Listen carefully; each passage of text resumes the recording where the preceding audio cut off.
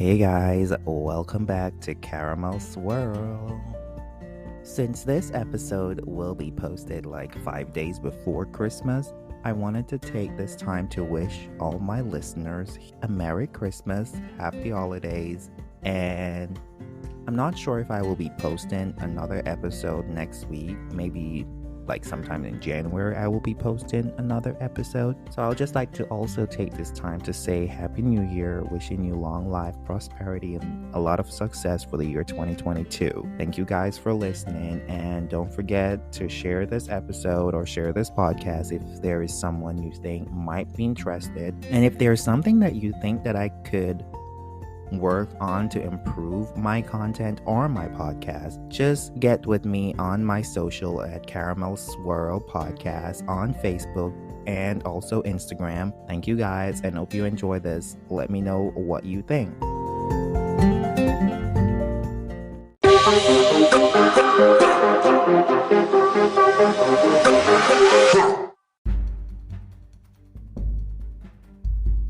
Well.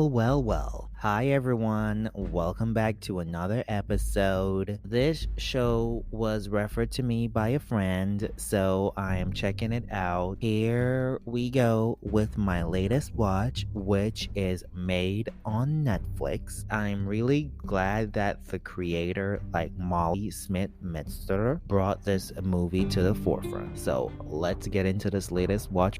This all started when Alex took her kid while the dad was sleeping, and that kind of made me wonder, like, what the fuck was going on and why is she leaving in the middle of the night? But based on my previous experience with movie, it's not something good. There has to be a reason as to why they're leaving in the middle of the night. Not just her, but she's taking her kid. But a mom will always take their kids wherever they go, because of if they think that the situation is not safe, then they will always take their kids with them. So she was there driving down the road, and then her car started beeping. I'm like, what the fuck is happening now? You're rushing away. What if the guy is chasing you? What if something happened? Her fucking car was almost out of gas, so it was beeping. She stopped at a gas station and she only had $18 in her wallet. I'm like, girl, $18 with the now situation that's going on,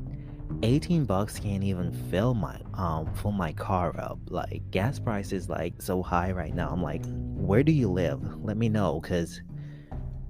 And she filled her car up, and then on the screen you can see where it's counting down to how much money she have left. I'm like, girl, you can't fill your car up with that amount of money that you put in your car. I need to know your gas station, where you live, and based on the license plate it says California.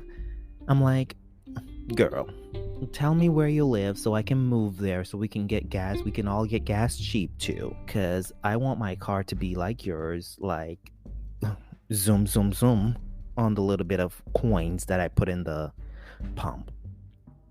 Yeah, so she got her gas and then she went on her way. I was like, when the money started counting down on the screen, I'm like, damn, why they all gotta do sis like that? They didn't have to do all that mess to show sis up, but we all understand. So I Googled, paused the episode just to see what the title of the episode was called. Now I see why they were counting down the money. The episode was called Dollar Store. It was called Dollar Store. So I was wondering, what else, apart from the whole situation now, do they have in store for us? And then we skip to a next segment. The lady at the shelter where she went to look for a place to stay with her kid was a total bitch. I know Molly was trying to get it from our point of view. I watched one part where she was saying, oh, so you white trash come in here to get housed and stuff like that. I was like, Molly, girl, get out of my fucking head. Because sometimes we all watch movie and you can know what they're going to say. Like, you come here to get free stuff hand down because you don't want to work and you don't want to do this, you don't want to do that. There's another part, I'm not going to talk about it yet, but We'll get to it further down. I don't want to jump the gun, but there's another part in the episode where I'm like, Molly girl, you've been talking some of her language from watching TV, because some of the time we watch movies and we don't know the shit what some of them are saying sometimes. So here we go. So the lady at the shelter was kind of a nice lady, because she referred Alex to go get a job, and she even called the lady and said, hey, I have this person coming over to get a job, so at least look out for her. So she went for the job interview to be a maid, and all the stuff that was coming out of her first paycheck was fucking ridiculous. Like, they were charging her for uniform. They gave her the ferry pass, so they paid for that. She had to buy her own cleaning supplies. They provide her with a vacuum. Gas is on her own. If she had to fix her car, it's on her own. She have to get to work. She have to do everything else. And it's off season. They told her, oh, this is what you're gonna get. Like $500. They can only work 6 hours a day. No more than 6 hours, because that will put them into overtime, and the clients don't pay for overtime. And now it's the off season. All the tourists have left. So she only can work at this first job that she's going to now 3 hours. So she get the job, she had her baby, and then she went to her mom to like, hey, I got a job, I start now, can you watch the kid? And she was like, yeah, I can. But the mom was like out of it. I think she was high or something, but she was out of the whole situation. So she left and went to the job, and she was like 30 minutes late. And this fucking rich bitch was like, you're 30 minutes late, I'm going to have to reschedule. And Alex convinced that lady, was like, no, I can definitely do the job, and I'll get it done at your end time, which is 4:30. No worries, I can get it done for you. The lady was like, no, I don't want you to rush and get it done, and by just spraying a whole bunch of like chemicals around and saying that it was clean. And Alex like convinced her, and she's like, okay, get it done. And she was such a bitch the entire time. Then Alex like fainted. I'm not sure why. Probably the chemicals she said she didn't eat, which I understand, because she didn't have enough money to buy food or get something to eat. So she was like, I skipped breakfast but trying to get here, so I didn't eat. And the lady like took her out. She fainted in a nursery. I was like, oh, this lady's so sweet. She have a kid, so there might be some hope. And then she tell Alex that she doesn't have a kid. They just staged the room. They just staged the room for it to be sold. I'm like, what? I need a stager. Hopefully in the future, when I get a house and I'm willing to sell it, I can find a stager who can put that. A kid could be in this room right here, and this is where all the magic happens. And this is where you can have your party and your tea on the patio in the morning and watch the birds. Girl, bye. So Alex finished the job and got back, and she got like a couple of missed calls from her mom. So she like called her mom to figure out like what's going on. Her mom didn't answer. And so she went there and said, where's Maddie? And the mom was like, I try to call you several times, but you don't answer. So we call Sean to come and pick her up. I'm like, the girl was like talking to you saying that whatever happened, don't call Sean to come and pick the kid up, but you were so like out of it. You didn't even listen. Like, what the fuck is wrong with you? So she went back to the house, and I was like wondering, like, why did she left? And there it goes, answering our questions. When Alex went back to the house, she was having flashbacks of that dude punching the wall, throwing stuff at her, and she even said that she had to pick glass out of the baby's hair while they were leaving in the night. I'm like, damn. So after she left Sean's house for the second time, she then got a call from the owner of Value Maid.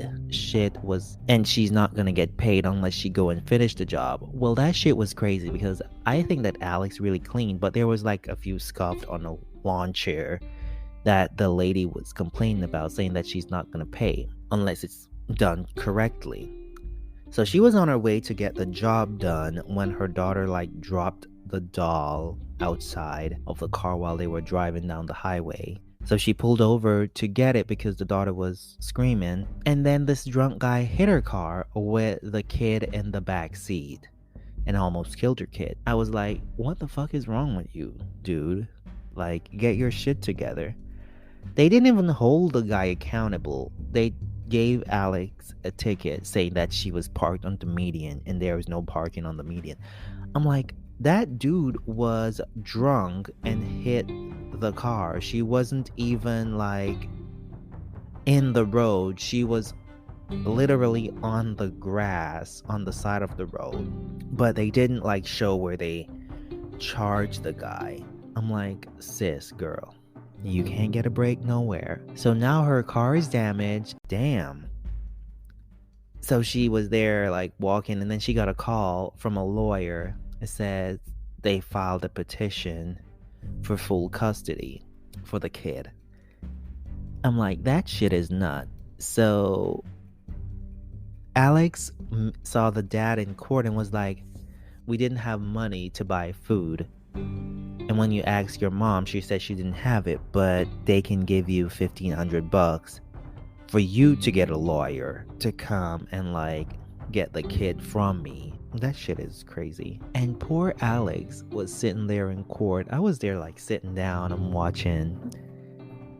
Didn't understand a shit that was going on because she didn't have a lawyer to represent her because she didn't have the money to get a lawyer. And all she could hear was lawyer, lawyer, and law, which Molly, you're in our fucking head again, girl. Because there are some movies that we watch and that's all we can hear is them just saying lawyer, lawyer, lawyer. That's all we can hear them saying those kind of stuff. I'm like, get away from us. So after everything, the dad, they took the kid away from Alex for 7 days, but she can still visit the kid with a third-party supervision. And I can tell you from now, Sean is not going to take care of that kid. Mom was the one who took the kid from Alex when Alex brought the kid to the courtroom because she didn't actually have money to get a babysitter to watch the kid. So she took the kid, and they were bitching at her because she took the kid to the courtroom. I'm like, girl, sis don't have no money. So she went back to the same shelter and she got a place. She claimed that she was involved in DV, domestic violence. So they got her into a DV shelter, and we all need friends like Danielle. Danielle was fucked up in a couple episodes, but we all need friends. She got Alex's back from she got into the DV shelter. Alex's kid, Maddie, was crying. Danielle gave her some ponies. The kid stopped crying. Then she cleaned. I'm like, Danielle even took Alex back to the house that she didn't get paid for. They went there because they had an open house, and Danielle went in, grabbed some stuff, grabbed the dog. I'm like, hey, call this bitch up and get the money. Get your $37.50 back. So she called the lady because Alex was a good girl and like, hey, I have your dog. And then the lady tried to like saying that she was going to call the cops and press charges. And Alex was like, you can go ahead and press charges. Because of you didn't pay me. I don't have anywhere to stay. My car got totaled because I was coming back to get your work done. And then you didn't pay me. So now my daughter has been taken away from me. I don't have my kid. And I guess the lady kind of feels some type of way. She got a text from Yolanda after the whole situation to come and pick up her check. I'm like, way to go, Alex. Way to go. Telling this lady to fuck off and all that in the huge parking lot. That lady probably feel like shit. And I fucking said it. I know he wasn't going to take care of the kid. And guess who was taking care of the kid the entire time? The mom. I told